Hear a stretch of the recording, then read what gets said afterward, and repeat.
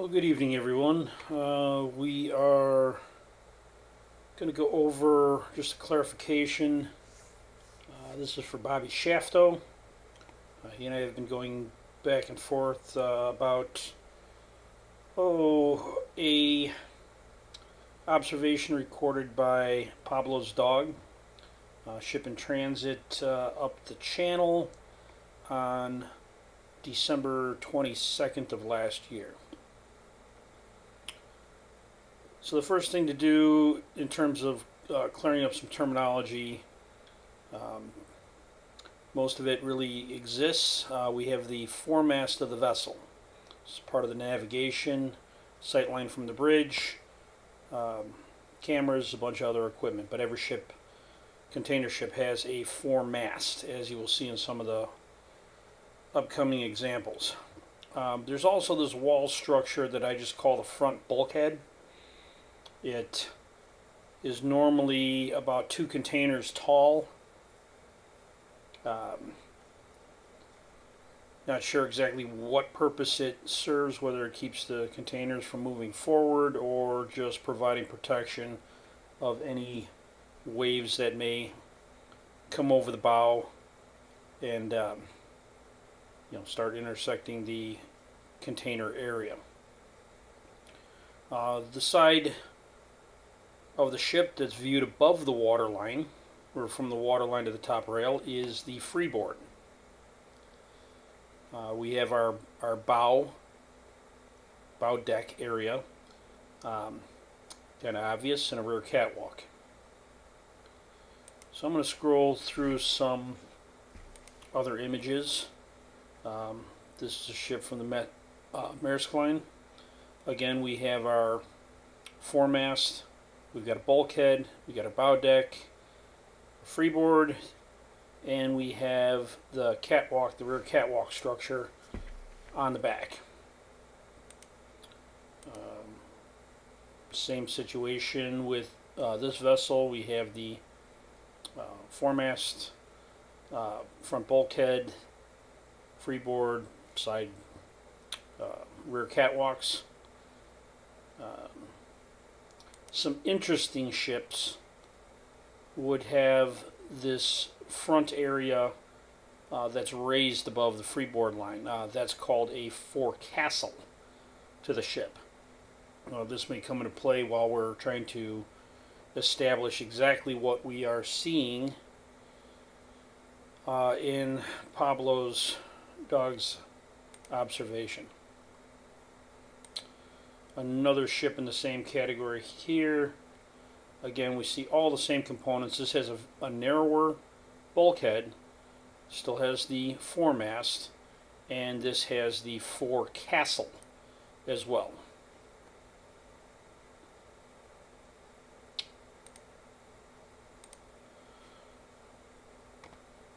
This was a screenshot taken in regards to Pablo's dog's observation. This vessel, as I originally pointed out, was bobbing in and out of a mirage zone where the bow section of the vessel was appearing and disappearing.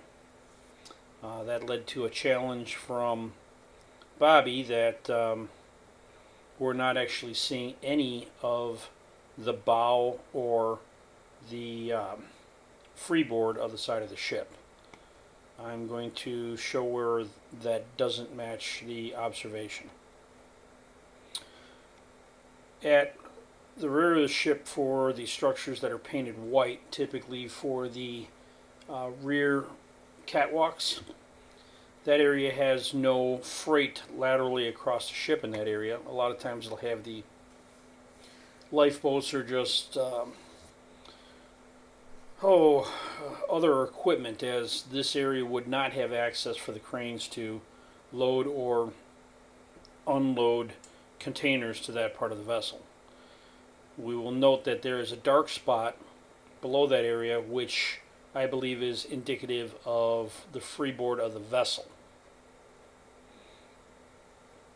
Towards the bow of the ship, we have this rectangular section, and we have the foremast. The foremast is sticking well above the containers as it needs to be, as far as the observation and the function of the ship. Directly behind that foremast is the bulkhead. It's a rectangular structure. The ship is quartering towards us, or a little less than quartering. That would be indicative of what this structure is. As we run down the side of the vessel, we notice that there's a lot of mirroring going on. So this is a zone of actual vessel and the inferior mirroring of that portion of the vessel. Now, everything forward of the bulkhead is bow, or structure that's sitting on the bow. One of the objects in question would be this little dark spot at the front.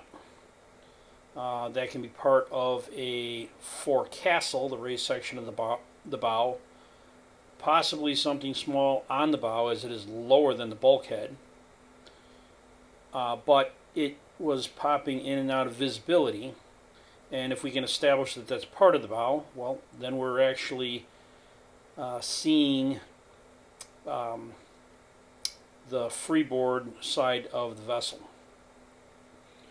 This point is important because at this point, with measurements, Bobby is speculating that there are 5 to 6 containers that are below the water line, or the mirroring line, that is being hidden.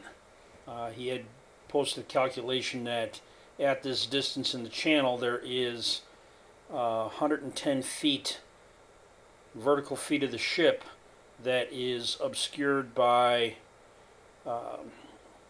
curvature. If the sideboard or the freeboard of the vessel is only 50 foot tall, and we're seeing some of the freeboard of the vessel, then we have nowhere near 110 feet of obstruction due to, globe geometry and a water line. We are, however, missing aspects of the ship that is being blocked. As I have been pointing out to Bobby right along, there is what Travis Finley calls proximal looming, and what we are finding in most observation is the water line appears to step up due to refraction. Now, I'm not suggesting in any way, shape, or form that the water is actually stepping up, but what we observe is the light coming off the water. And due to refraction, that light can be interpreted by us as being higher due to refraction. And any object in front, or the inbound light coming to us that's in front of distant objects, blocks the objects that are behind. Now, if you take a look at this image, and one thing to realize is when you start zooming in on an observation like this, you get a photographic effect called compression. And it's not compression as far as up and down of what we associate with mirage or visual effects, but the compression is the depth of each area is compressed closer to you, so you lose the depth perception of all of these different areas. But what it does is it really shows out this hump of water, this berm of water that is created over distance. If you took a look at this video when Pablo's dog is zoomed out further, you don't see this effect, but as he zooms in, you can start to see the different levels that build. And with this proximal looming, what we are establishing in observations in the micro, medium, and macro as far as different people recording observations. That goes to from Sky Free, Heath Carmody, Pablo's Dog, Ubercast, Wide Awake. All of these different individuals who are studying refraction at the water level, we are all seeing this type of stepping up effect. And what I've noticed is as proximal looming builds, it builds to one of the last levels, which typically is where you're going to get your inferior mirroring or your inferior mirage. And immediately above that, there can be compression of what is above the mirroring line as far as visually it appears to be shorter or squattier. So this is again for Bobby Shafto.